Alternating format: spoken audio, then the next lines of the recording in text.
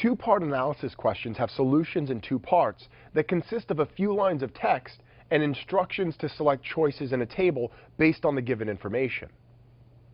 Solving an algebraic two-part analysis usually necessitates setting up an algebraic equation with two variables. You'll want to begin by first reading the text and identifying the two unknowns, which may be provided or which may need to be assigned variables. Then, you'll create one or more equations that relate the two values or variables. Once you've set up your equations, you can simplify them and look for a match. If the answer choices are algebraic equations or expressions, or start plugging in answer choices from the table until you find two corresponding values that work together. Other two-part analysis questions test your verbal skills. They may require you to read a short passage and identify a pair of opposites. Such questions draw on many of the same logical reasoning skills, such as drawing supported inferences, that you use on the verbal section of the GMAT. Let's get right to it with a practice question. The text in mathematical two-part analysis questions is likely to be brief, so read it thoroughly before doing anything else.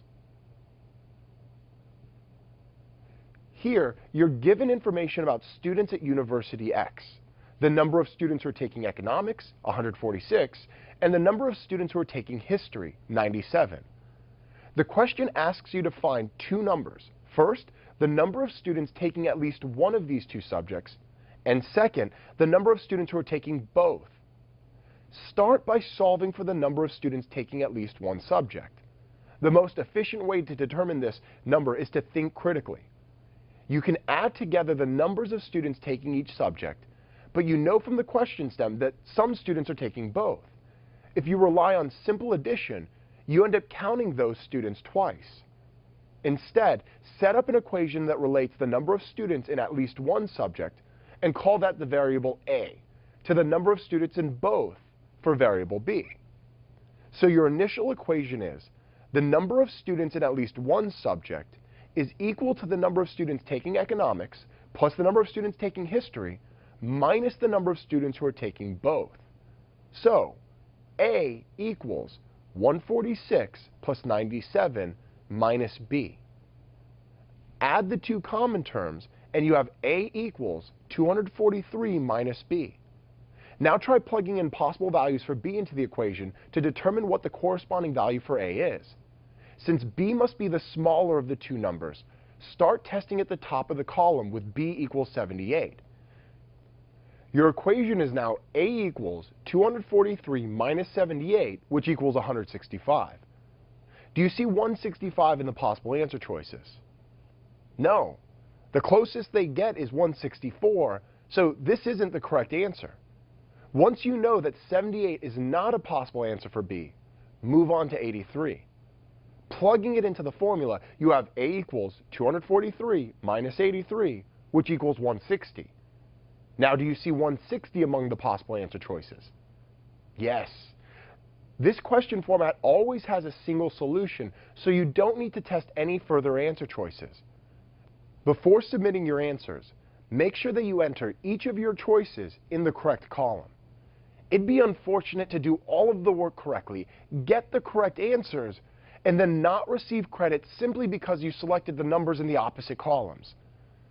Look back at your Scratch work and remember that A represents the number of students in at least one subject, and B represents the number of students in both subjects. You can now be sure that 160 belongs in the first column and 83 belongs in the second column. Take what you've learned about solving for unknowns by using the given information to set up an equation and apply it to the next two-part analysis question. When reading the information, remember that your goal is to use it to create an equation that relates the two unknowns, X and Y. The text gives information about two cars and states one definitive relationship between them. Car P travels 21 more miles than car Q. That is enough to indicate that your equation will focus on distance traveled. Go back to the beginning of the question stem to determine what you can about the distance the two cars travel. Since the time traveled is given in terms of minutes and speed in terms of miles per hour, you need to convert to get all of the times expressed in the same units. Car P traveled for 84 minutes. To convert that to hours, divide by 60, and that gives you 1.4 hours. Car Q traveled for 168 minutes, which converts to 2.8 hours. Remember, use your calculator for these small steps. Since distance equals speed times time, the distance each car traveled in terms of x and y is as follows. Car P traveled x miles per hour times 1.4 hours, which equals 1.4x miles. And car Q traveled y miles per hour times 2.8 hours, which equals 2.8y miles. Once you've determined the distance traveled by each car, use the information that car P travels 21 miles farther to set up the following equation. 1.4x equals 2.8y plus 21. This equation can be simplified, and kudos if you see how. Notice that 2.8 is exactly twice of 1.4. So, if you divide both sides of the equation by 1.4, you have x equals 2y plus 15. Don't forget to divide 21 by 1.4 as well. So now you've got a relatively simple equation, and you can plug possible values for y into this equation to see what value for x would result. To simplify the process of plugging in answer choices, first, determine which value is going to be bigger.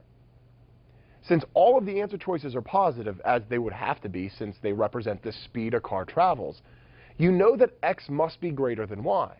This makes sense when you think back to the logic of the problem, which specifies that car P travels a greater distance than car Q, but in a shorter amount of time. Use the possible answer choices to start testing for y. As before, since you're starting with a smaller value, y, you'll start plugging in numbers from the top of the list and work down. Start with y equals 8. Substituting into the equation, you get x equals 2 times 8 plus 15, which equals 31. Since 31 isn't an option in the table, you know that 8 is not the value of y. Next, try y equals 14.